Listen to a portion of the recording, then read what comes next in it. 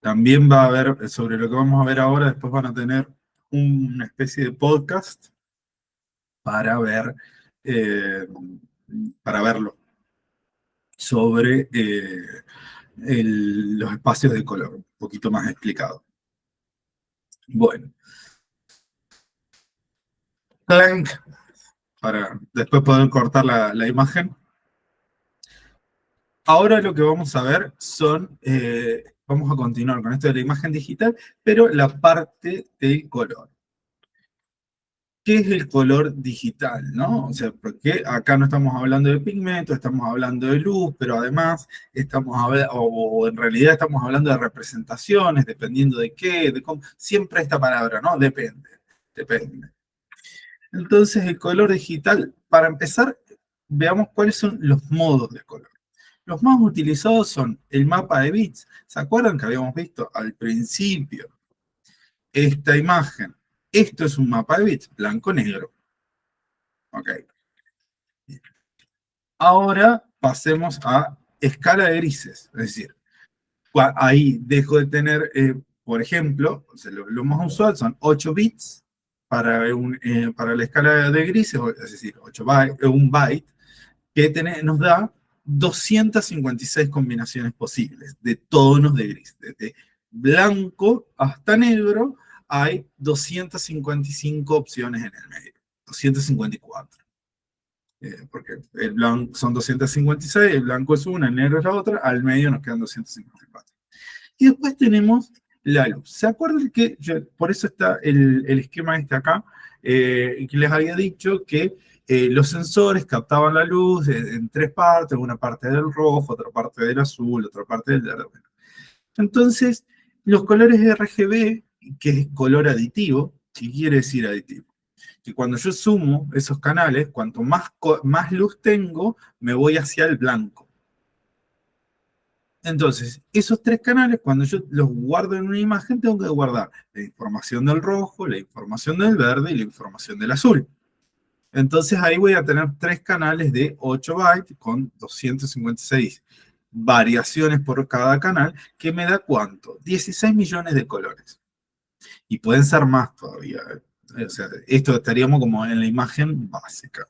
No se preocupen, no hace falta que me diga, el RGB de 8 bits por canal, o por 24 bytes, que sería el RGB de 24 bytes, es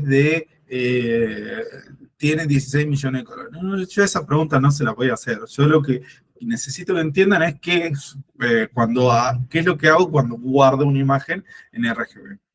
Después tenemos otro modo de color que es el CMYK, que es la cuatricromía. Eso es cuando, o sea, se usa mucho cuando se imprime, que es para la separación en colores en cian, magenta, amarillo y negro, y en un sistema de color sustractivo. ¿Qué quiere decir? Que cuando sumo color amarillo con color cian, con color magenta, con color negro, cuanto más voy sumando, voy a llegar al negro. Es más, el cian, magenta y el amarillo me hacen casi un negro. En realidad es un marrón muy oscuro que no termina de ser negro, pero bueno, la idea es esta, sustractivo porque cada capa de color que pongo sustraigo luz, o sustraigo el color del sustrato y me va quedando negro. Por otro lado, tengan en cuenta que la impresión, la cuatricromía, la matriz de impresión, eh, no, o sea, ¿se acuerdan que yo les hablaba de un macropunto hace un rato? Bueno, cuando se imprimen los puntitos, eh, esa matriz de semitonos que se prepara para el amarillo, para el cian, el magenta, el amarillo y el negro, se imprimen de manera cruzada, o sea, se van rotando, en algún punto se superponen y en otro no, para que de esa manera me den la sensación de generar un color. Si ustedes agarran con un cuentahilos, que es una lupita, como 5 aumentos, ponen una impresión en CMYK, la miran con eso, van a ver los puntitos de la matriz de semitono. A ojo desnudo no se ven. Y lo que estamos teniendo es una ilusión óptica de un color. Donde se superponen, se mezclan los colores, porque las tintas son transparentes, pero en realidad el hecho de estar los colores conviviendo ahí esos puntitos al mismo tiempo, hacen que nosotros percibamos algo que no está. Lo mismo sucede con el RGB. Nosotros percibimos el color por la suma de esas cosas. ¿Hay otros modos de color? Sí, por supuesto. Duotono son las imágenes que se preparan con dos colores. En vez de ser escala de grises, bueno, podemos tener, por ejemplo, es bastante usual el duotono del color, con el color cian, ¿no? Fíjense, yo acá tengo la separación de colores en CMYK, las cuatro placas que harían esa imagen grande. Fíjense ese magenta, perdón, ese cian. Si yo a eso le sumo la placa negra, voy a tener azules más profundos, voy a tener algunos grises y voy a tener mucho más contraste. Entonces, eso sería una imagen duotono. Podría ser lo mismo con el negro y el amarillo, con el cian, con el magenta y el amarillo. Voy a tener más colores, voy a tener más contraste. Y no necesariamente tiene que ser con el negro. Puede ser, por ejemplo, puedo armar un duotono con un rojo y un amarillo. Entonces voy a combinar esos colores como se imprimen. Eh, entonces, qué es lo que nos va a pasar? O sea, yo puedo armar esta imagen en dos canales. Un canal va a ser el del amarillo y un canal va a ser el del rojo. Un canal el del negro y un canal el del cian. Un ejemplo de esto, imagínense que ustedes están armando un folleto que lo van a mandar a imprimir en offset, es información, algo que bastante efímero, hay que imprimirlo barato, entonces lo van a imprimir en negro, pero se pueden jugar un poquito más y le chantan un cian para poner algunas cosas de resalte, para poner un poquito de algún marquito, algún bisel, lo que sea. Entonces dice, bueno, ok, y tengo que poner esta foto, en vez de ponerla en escala de grises, preparo un duotono y esa foto la armo en cian y negro. Entonces voy a tener una imagen mucho más bonita que si fuera solo cian o que si fuera solo blanco y negro. ¿Se entiende eso? Y también tenemos otra cosa que son los colores indexados, que esto es un poco anecdótico, estas cosas después las vamos a entender cuando vayamos guardando archivos y vayamos probando todo esto, vamos a hacer pruebas, lo vamos a ver en la práctica. El objetivo de esta clase es que tengan un pantallazo de qué es lo que es una imagen digital para que cuando lo vayamos viendo a lo largo del cuatrimestre, ustedes sepan de qué estamos hablando. Y si no se acuerdan, porque cayó en saco roto, que es muy probable, puedan volver a esto y lo miran o lo escuchan de nuevo este video y pueden buscarlo en Google o me puedan preguntar, porque eso es lo que yo les hablo de generar autonomía. Ok, el profe me está hablando de esto del duotono, pero la verdad yo no entendí eh, nada. Cuando lo explicó, bueno, voy, busco en Google, ¿qué es una imagen en duotono? Busco en YouTube, ¿cómo generar un duotono en Photoshop? Y lo puedo aprender y solucionar. Y si el material que conseguí está muy bueno, lo comparto con el resto de la clase en el Classroom o por mail o en un comentario en vivo. Hablando de los colores indexados, volviendo a los modos de color, ustedes imagínense que yo armo una tablita, ¿no? Que digo, el color uno es amarillo patito, el color 2 es verde inglés, el color 3 es color Tiffany, el color 4 es marrón chocolate amargo, el color 5 es marrón chocolate con leche. Así. El color 6 es naranja mandarina. Entonces después armo una imagen donde algunos píxeles van a ser color naranja mandarina, color chocolate amargo, color chocolate con leche, color verde inglés. ¿Se entiende? Y yo lo que les pregunto a ustedes, y esta, para que la reflexionen un poco, es, si yo tengo una imagen, por ejemplo acá, como esto que se ve, estos dos círculos, ¿no? Tengo un círculo rojo y un círculo amarillo que están superpuestos o así cortados, ¿no? Si yo quiero generar esa imagen, ¿puedo generar una imagen de colores indexado con dos colores? ¿Sí? ¿No? Tal vez.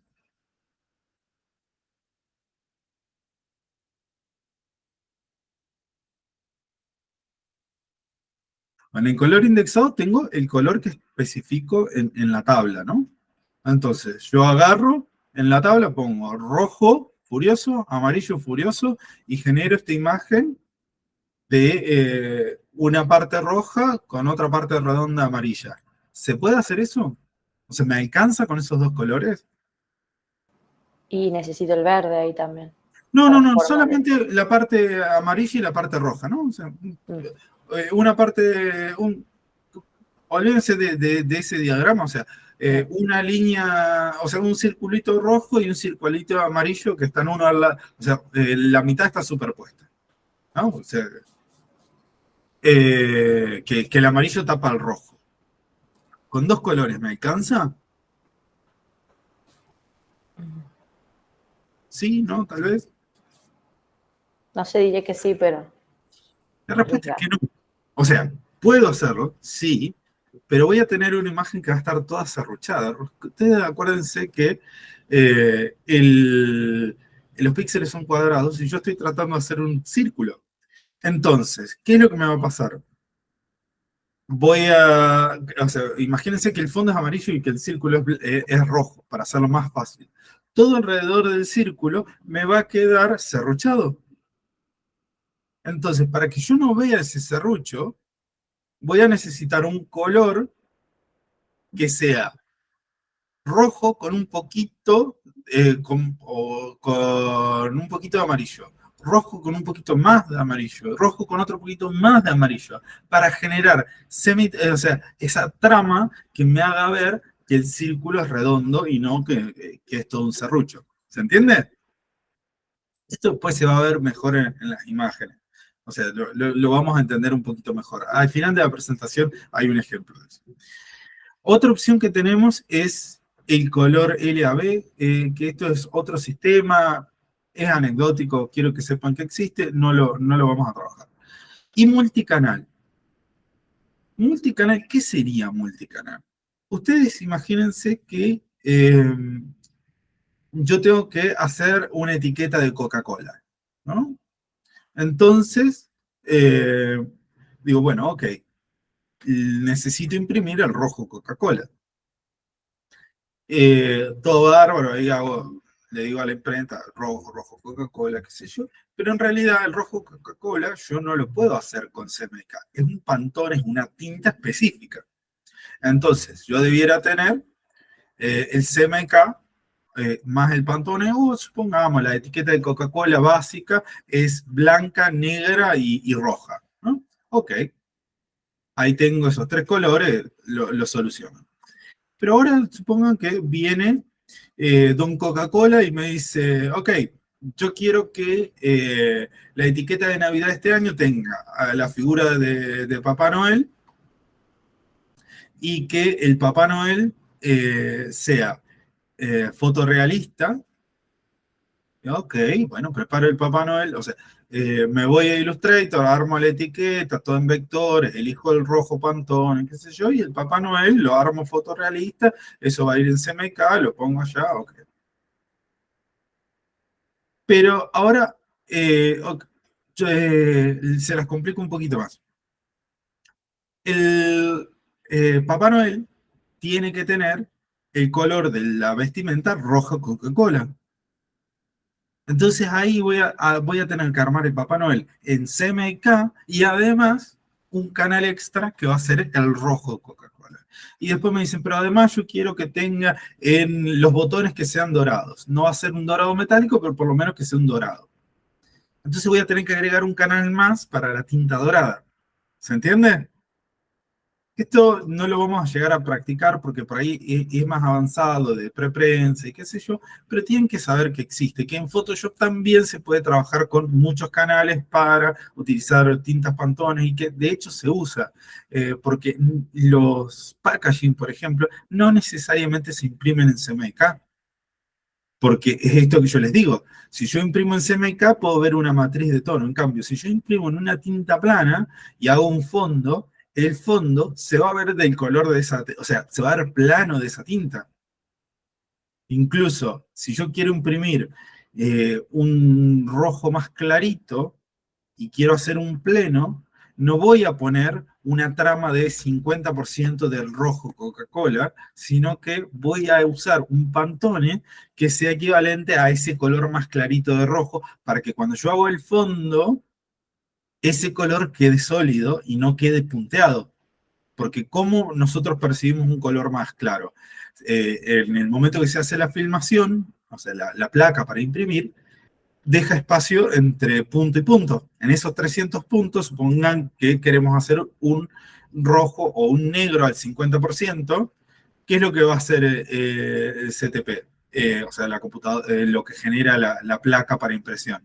En esos 300 puntos te va a poner, a grosso modo, ordenado de una forma particular, etcétera, 50% de negro, o sea, de puntos negros, y 50% de puntos blancos, o sea, que, donde no va a poner negro, para que yo perciba gris.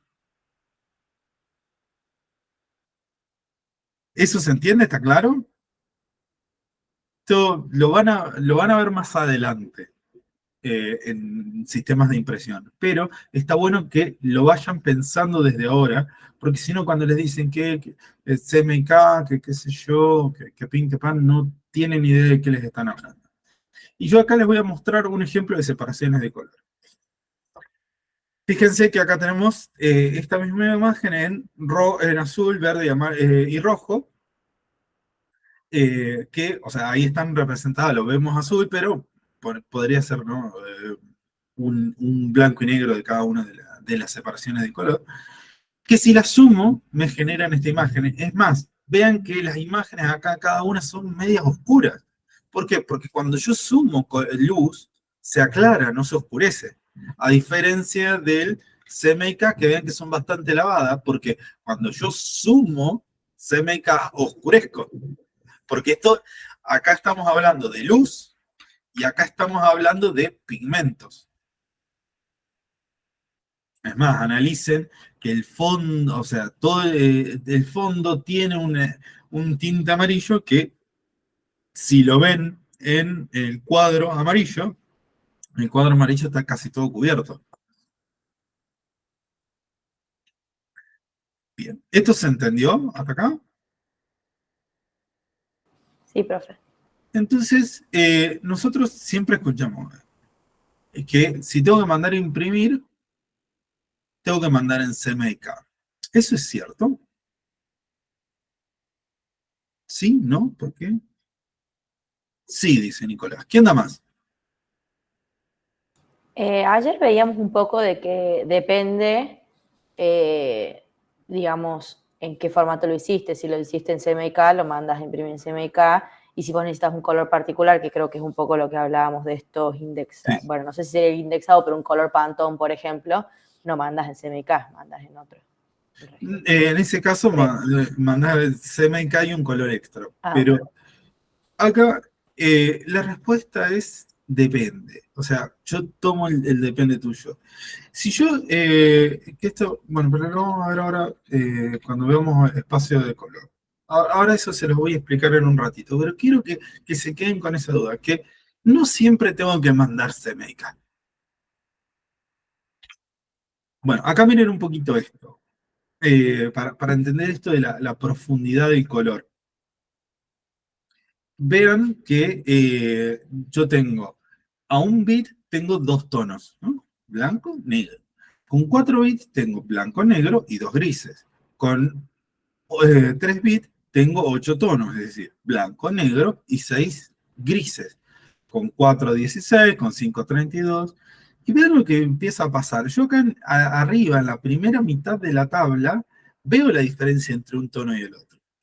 El de 5 bits ya no se nota tanto. El de 6 menos y el de 8 no hay una diferencia entre uno y otro. La gradación es suave. Y fíjense, acá a la izquierda, lo que tienen, ustedes ven unos grises, qué sé yo, pero en realidad es una ilusión óptica.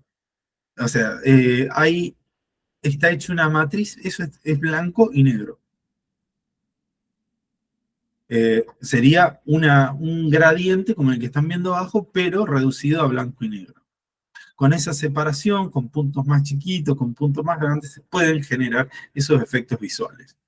Eso lo genera el algoritmo, no es que uno se tiene que poner a pintar acá, y acá no. Uno, y acá es la moraleja, uno va a trabajar siempre con mayor cantidad de colores y después va a achicar. Miren acá, hablando de los colores. Fíjense, con profundidad de color de 8 bits, esto está simulado, no es exactamente así, pero ven, ahí tienen estas banditas de cada uno de los colores con 16 bits por canal, es decir, el doble de información, más del doble de información por canal. Eh, ahí esta transición entre colores no se nota. Y mírenlo acá.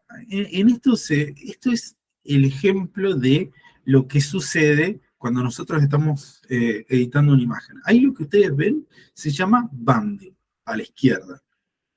Que ven un color y el otro, y el otro, y el otro. Y es más, fíjense que las líneas ni siquiera son derechas, porque supuestamente eso es un gradiente. Entonces se ven serruchadas.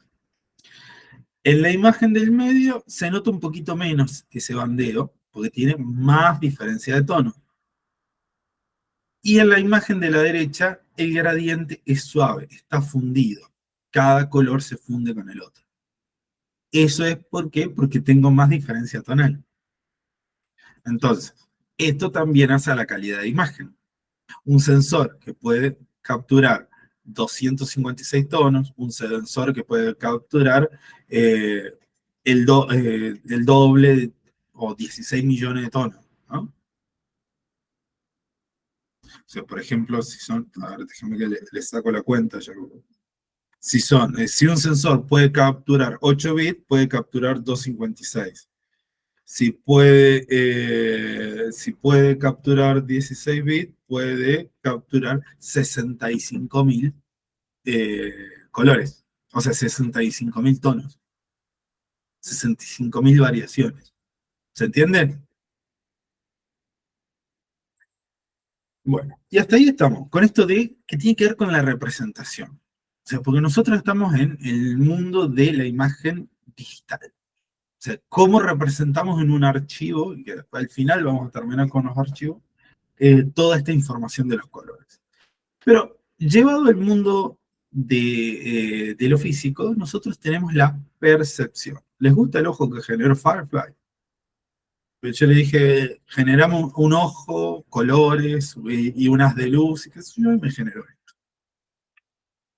Entonces, vamos a hablar de los espacios de color. El espacio de color son los colores teóricos que puede representar un dispositivo o que puede captar un dispositivo.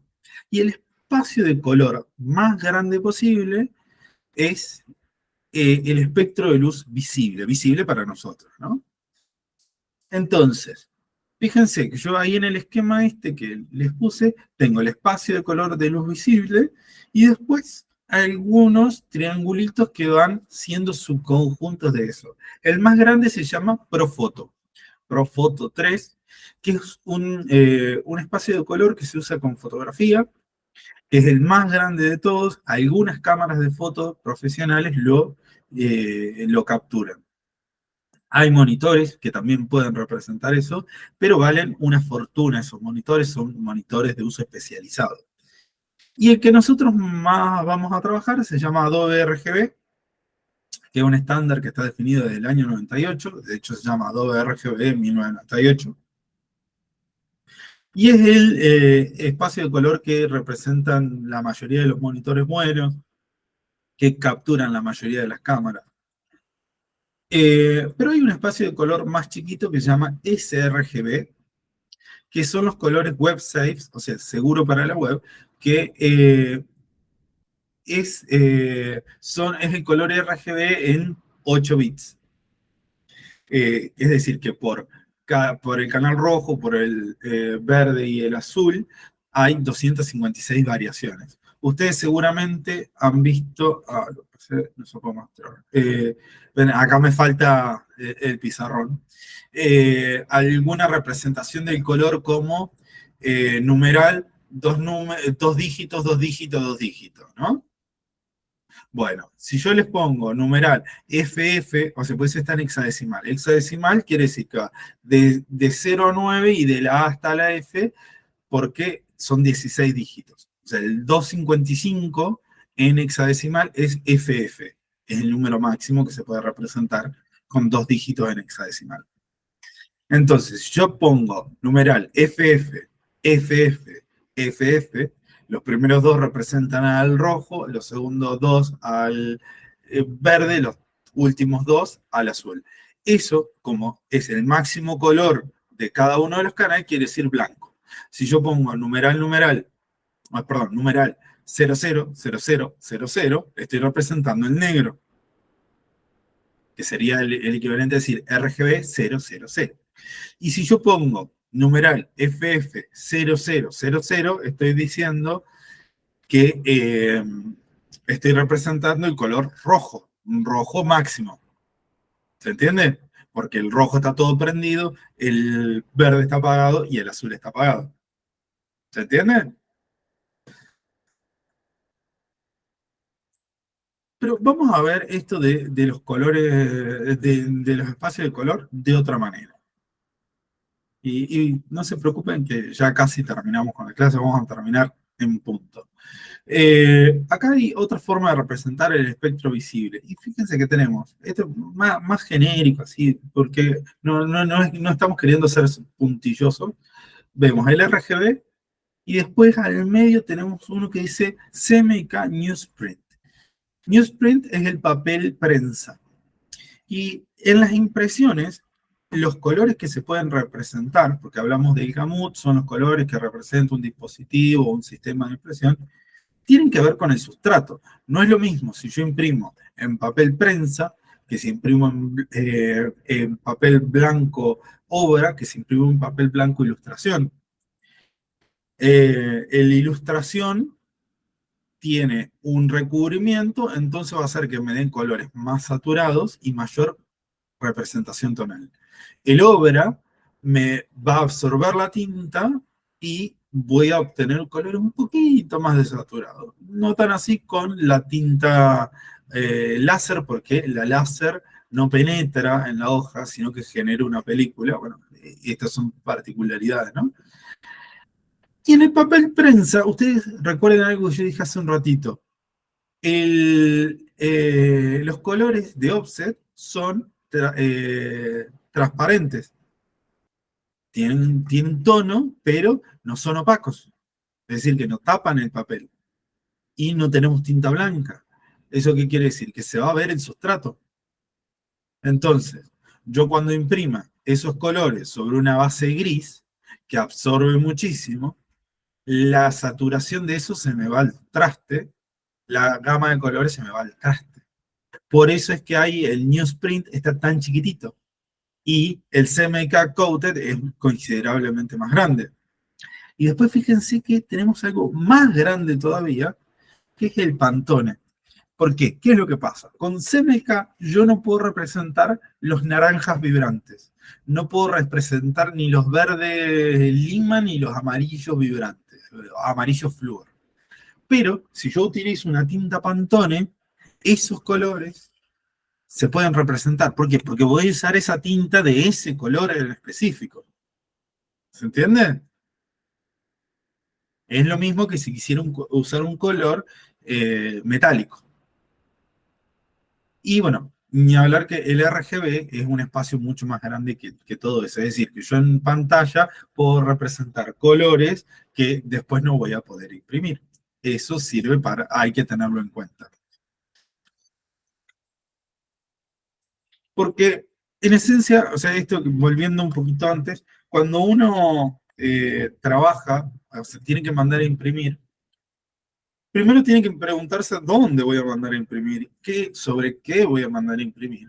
Porque si yo te digo, ok, tengo una foto editada en Profoto de 32 bits por canal, o sea, es tremendo fotón, o sea, todo lo que puedo soñar en colores de una foto, entonces la voy a mandar a imprimir a un plotter. ¿Qué tengo que hacer? El plotter la convierto en CMYK. Es decir, ¿qué paso? De esta cosa grande que se ve acá, a esto que es el CMYK, supongamos el counter. Es decir, que estoy tirando todos esos colores. Ahora, resulta que el plotter, donde mando a imprimir, es un plotter fotográfico de 6 o 9 tintas. O sea que puede representar muchos más colores que eso. Pero yo ya le mandé un archivo donde todos esos colores no existen más. Entonces, en ese caso, probablemente me convenga mandar el archivo en RGB o salvo que la imprenta me diga, nosotros usamos tal perfil de color, hacerlo así de tal manera, genial. Pero en general, esos equipos, ¿qué es lo que van a hacer? Van a hacer la traducción al, eh, a su sistema de impresión para darnos el mejor resultado. Pero, ¿esto quiere decir que siempre tenemos que mandar en RGB? No, no, no, para nada. Eh, En algunos casos, nosotros queremos controlar cómo se va a ver, sabemos que se va a imprimir en CMYK. Si se va a imprimir en CMYK, nosotros tenemos la posibilidad de mandárselo en CMYK y controlar el resultado de esa impresión. Supongan que yo tengo una, bueno, eh, pucha, extraño el pizarrón. Eh, Tengo que armar una imagen, una foto mía, divino, para imprimir en una revista, que se va a imprimir en papel e ilustración, brillante, qué sé yo, una fotito de 5x5. Pero soy coqueto, entonces voy, le pido al mejor profe de la Metro que me haga una sesión de fotos para hacerme la foto. Me entrega una foto en Adobe RGB, 16 bits por canal, y de 2000 por 3000 píxeles. Pero yo le voy a imprimir en 5 centímetros. Es decir, 2 pulgadas por 2 pulgadas, un 5 por 5, ¿no? Tipo un poquito más que una foto Canon. Entonces, si eso se va a imprimir a 300 dpi en CMYK, ¿qué hago? Agarro esa foto, la recorto cuadrada, la convierto eh, en 600 por 600 píxeles y en CMYK. Ok, eso es lo que se va a imprimir. Pero ahora yo te digo, quiero que me retoques un toque, porque no me gusta que se vean las ojeras, acá tengo unas arruguitas, quiero que me oscurezcas el pelo, me bajes la línea de la barba y me saques esta marquita que tengo entre las cejas. Entonces ahí viene un detalle. Pero vos tenés una imagen de 600 por 600 píxeles, que tiene los colores mochados a CMYK, que no tiene prácticamente información, pues de 2000 por 3000 píxeles vos pasaste a 600 por 600, una cosa así chiquitita. Entonces, la edición de eso va a ser muy mala. Vas a tener banding, vas a tener un montón de problemas. ¿Qué es lo que uno tendría que hacer? Editar la foto de 2000 por 3000 píxeles, en la mayor cantidad de colores y todo, y después hacer la conversión, generar esa imagen de 600 por 600 píxeles, hacer, o sea, achicarla, hacer la conversión a CMYK, hacer el ajuste que haga falta para convertirla en CMYK, si es, o sea, ajustando los colores, porque, bueno, CMYK tiende a perder saturación, entonces por ahí después le ajusto, le doy un poquito más de saturación. De todas formas, estas conversiones Photoshop las hace súper, súper bien. Son esas cosas que uno no se tiene que preocupar tanto, pero no tiene que ser el colorista, pero sí tiene que tenerlas en cuenta. Entonces, esa es la moraleja. Nosotros siempre vamos a tratar, y acá vuelvo a enganchar con lo que dije al principio, edición no destructiva. Nosotros vamos a editar la foto en la mayor resolución posible, con la mayor cantidad de colores posibles, para que cuando después la tengamos que achicar, podamos tener el mejor resultado, porque tenemos información. Es decir, de la imagen grande a la imagen chiquita, yo pierdo información. Lo que no puedo hacer entre comillas, es pasar de la imagen chiquita a la imagen grande. ¿Por qué? Porque necesito inventar información, información que no tengo. Y acá viene las comillas, de que hace 2 años eso era una realidad. Hoy, con la inteligencia artificial, hay algoritmos que te inventan todo eso, pero lo inventan, o sea, seamos conscientes de eso, es inventarlo, lo inventan muy bien. Están falsificando la foto. sea, te generan una imagen falsa basada en una imagen muy chiquitita. Entre tantos recorridos que he hecho académicos, yo estoy terminando una diplomatura en restauración y conservación de arte.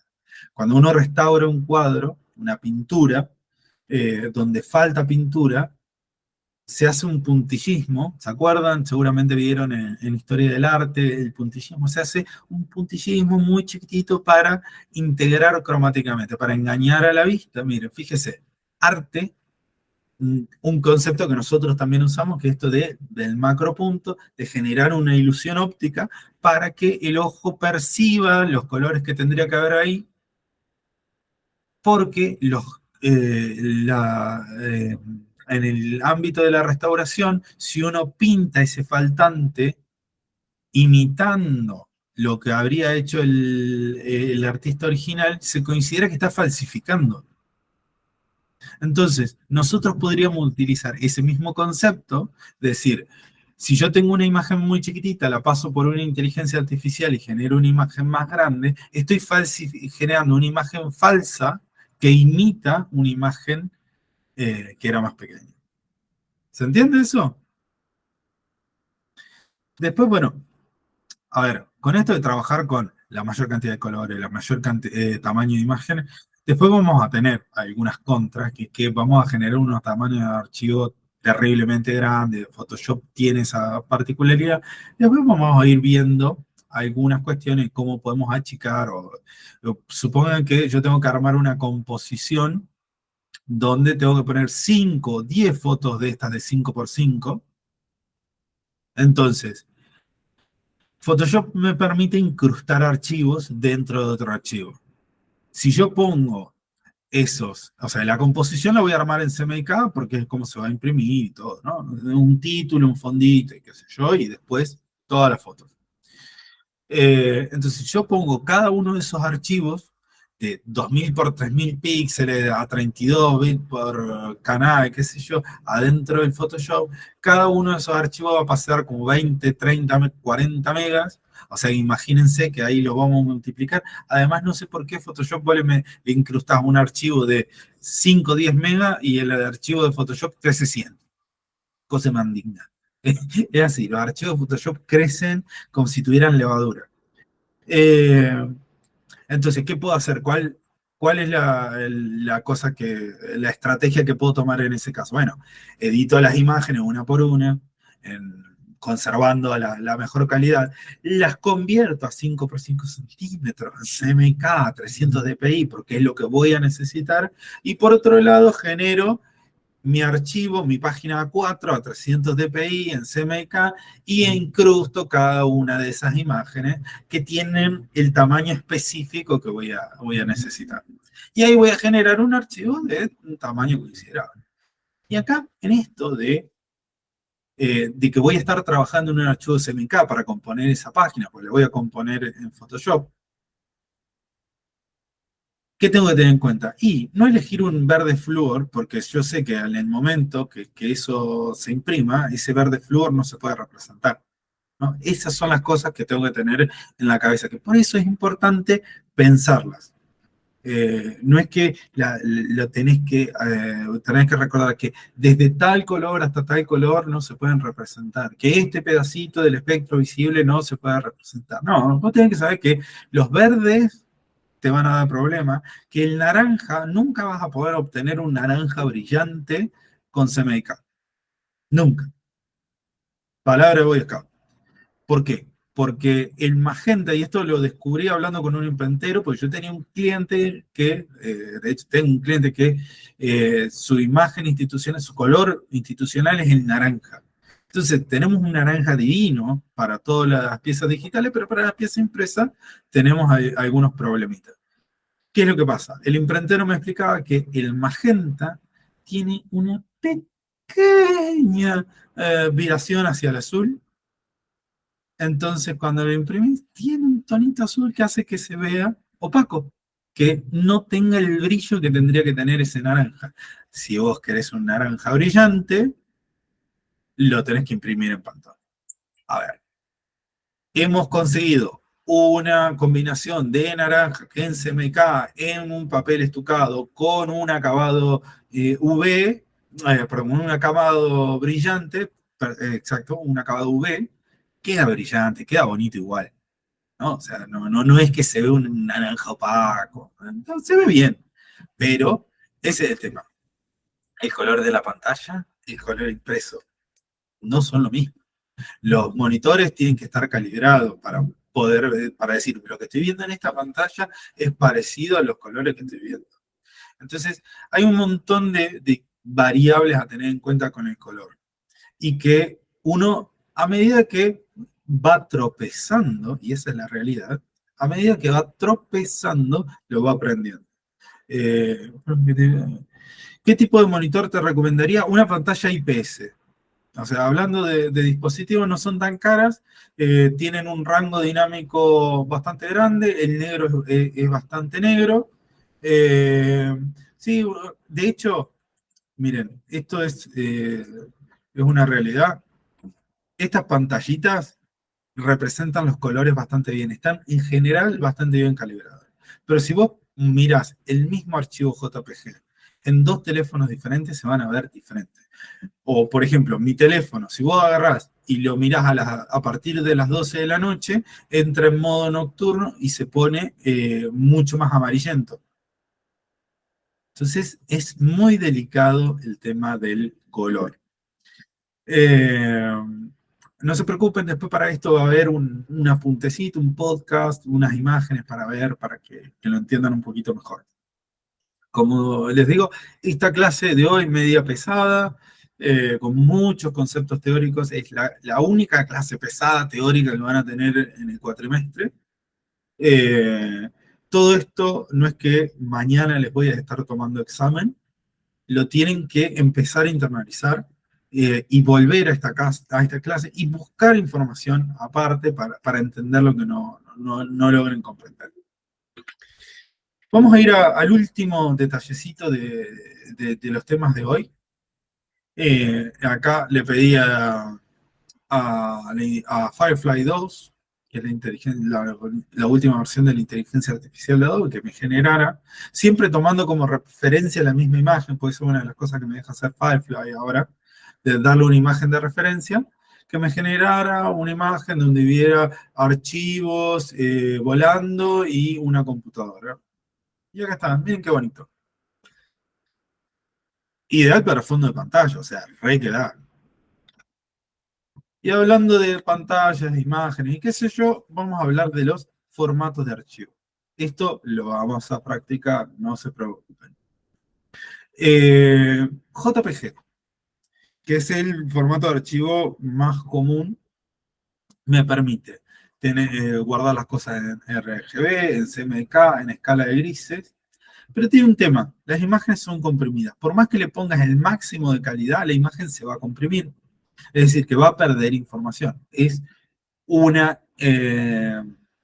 formato con pérdida de información. No me permite tener transparencias, no me permite tener calma. Este está pensado para imágenes que tienen mucha variación cromática, como por ejemplo un paisaje. PSD lo vamos a explicar después. Por otro lado, tenemos el TIFF, que es una imagen que no tiene compresión o muy poca, es uno de los formatos que guarda mayor. Yo creo que está mal esta tabla, si mal no recuerdo, creo que este no tiene compresión, el TIFF. Bueno, ahí les queda tarea para investigar, creo que está mal puesto ahí en la tabla. Ofrece muchas más cosas que JPG. No tiene compresión o es muy poca la pérdida por la compresión. Se puede guardar en CMYK, en RGB, en LAV, colores indexados, escala de grises, puede tener transparencia, puede tener capas. Es un amor. Los archivos TIFF pesan una brutalidad. Por otro lado, tenemos un formato de archivo que resurgió con el WhatsApp, que son los GIF.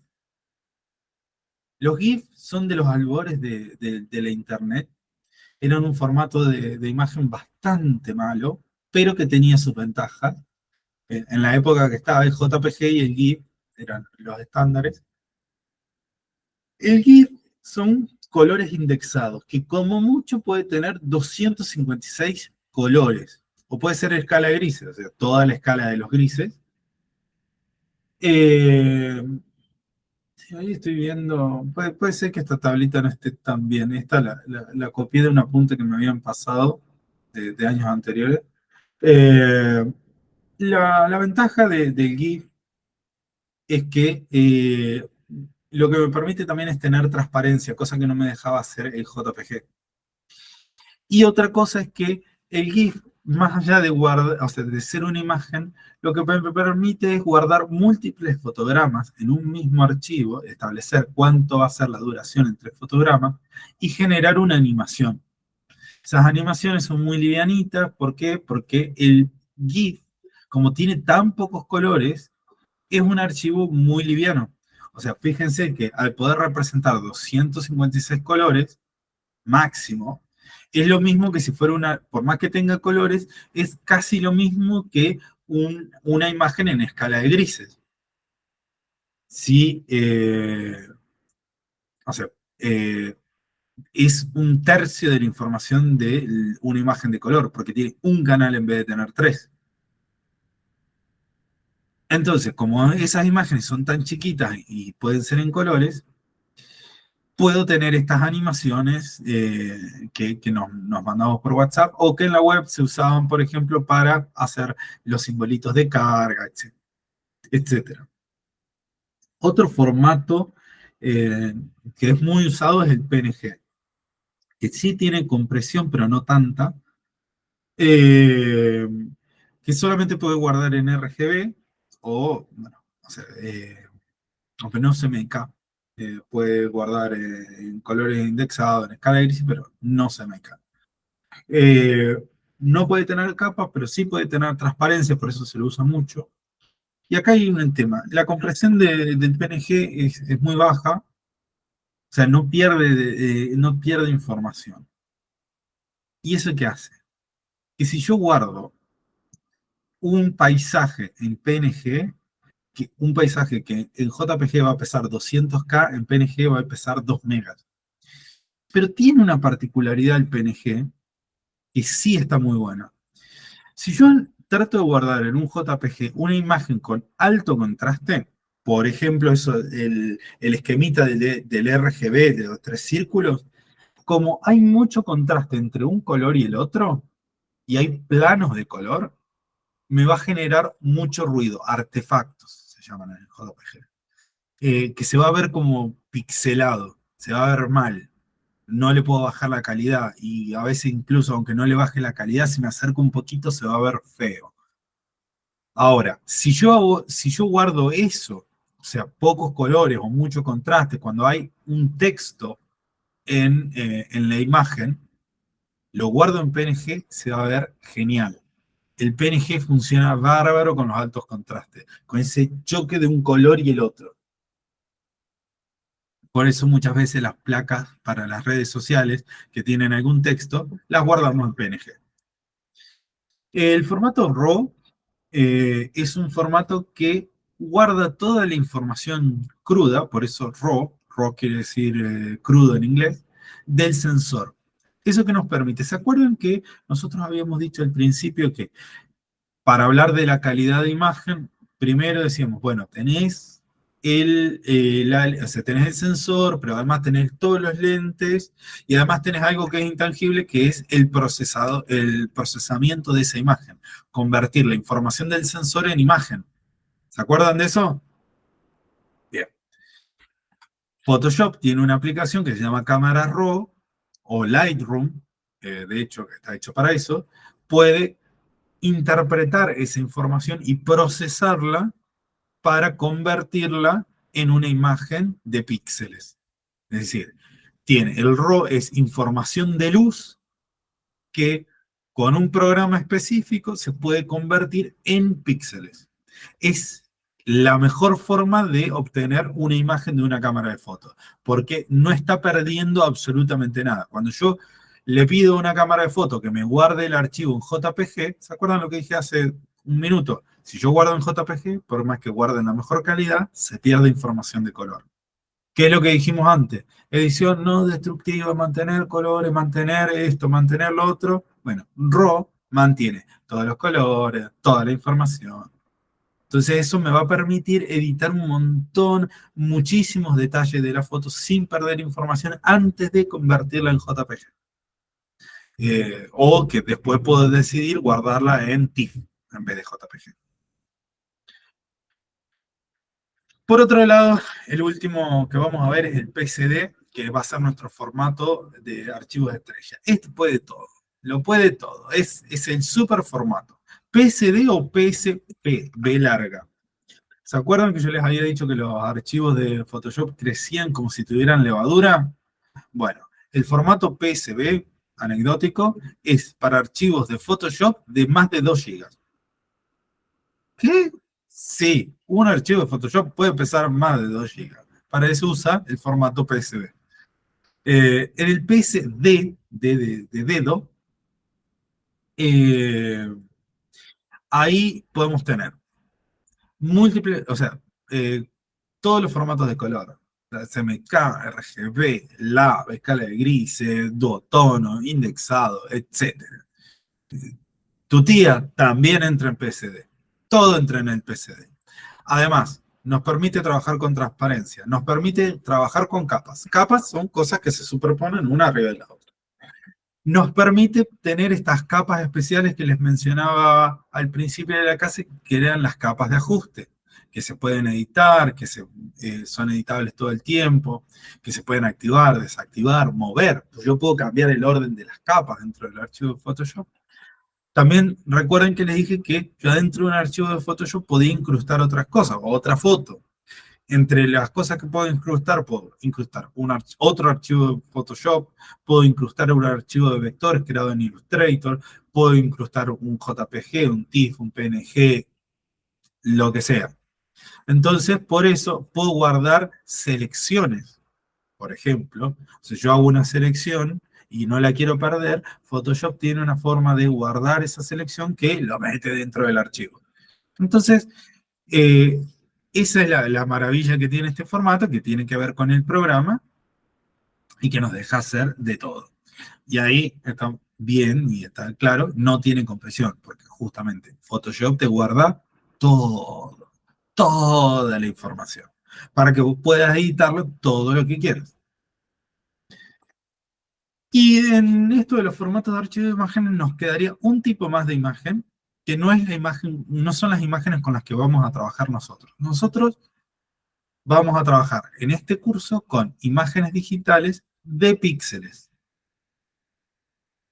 Porque también tenemos vectores.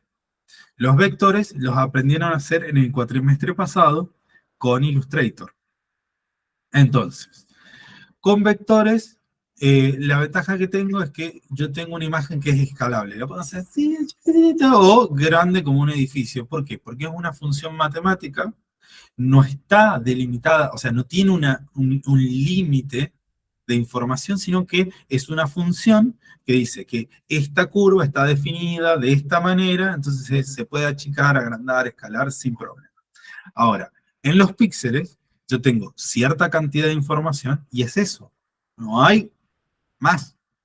Yo tengo 3.000 o 5.000 por 4.000 píxeles, no tengo más píxeles. ¿Se entiende? No hay más. Obviamente, podemos fingir, ¿no? O sea, y generar una imagen falsa de mayor cantidad de píxeles, pero bueno, ahí está. Estamos generando una imagen falsa. Y acá el último detalle que quiero que vean, ¿se acuerdan que les pregunté muy capciosamente si con 2 colores yo podía representar una forma en 2 colores, justamente, con color indexado? Y la respuesta era que no. Miren ahí, o sea, si tenemos un fondo blanco, el blanco yo lo considero el color, negro lo considero color. Según ítem, la teoría de color de ítem, el blanco y el negro no son colores. Pero hay teorías más nuevas que incluso cambian los primarios, justamente usan el CMYK como primarios, que consideran al blanco y al negro como colores, y el blanco y el negro son acromáticos, atonales, perdón, pero sí son colores. Yo estoy más en esa línea. Entonces ahí tenemos esos dos pedacitos de tipografía, fondo blanco, imagen, primer plano, ¿no? Ahí en negro. Pero si miran ese detalle del pixelado, fíjense que tenemos un gris muy clarito, un gris un poquito más oscuro y un gris más oscuro. ¿Qué es lo que hace? Me generan esta sensación de una diagonal. Si no, me quedaría ese serrucho que, de hecho, ahí viéndolo con ese zoom, vemos el serrucho efectivamente. ¿Está? Porque son cuadrados que yo voy pintando para generar esa diagonal. Ahora, como le pongo escala de grises, voy a lograr que eso se funda y que me dé la sensación de que hay o sea, entre un cuadrado y el otro, acá tengo algo al medio que está relleno, pero en realidad es una ilusión óptica. ¿Se entiende? Ahora quedó claro esto de la necesidad de la cantidad de colores. Ahí tenemos, dije, 4 más el blanco, 5 colores, para representar 2. Entonces, por eso es que viene, o sea, la moraleja, donde cierra todo esto, en que la edición no es destructiva. Si tenemos una imagen que está a 32 bits, no la pasemos a 8, o por lo menos pasar a 24, que 24 puede usar todas las funciones de Photoshop. Esa es otra de las cosas. Si vos estás trabajando en CMYK dentro de Photoshop, hay funciones que no vas a poder usar. Si vos estás trabajando en 32 bits, una imagen de 32 bits, en Photoshop hay funciones que no vas a poder usar.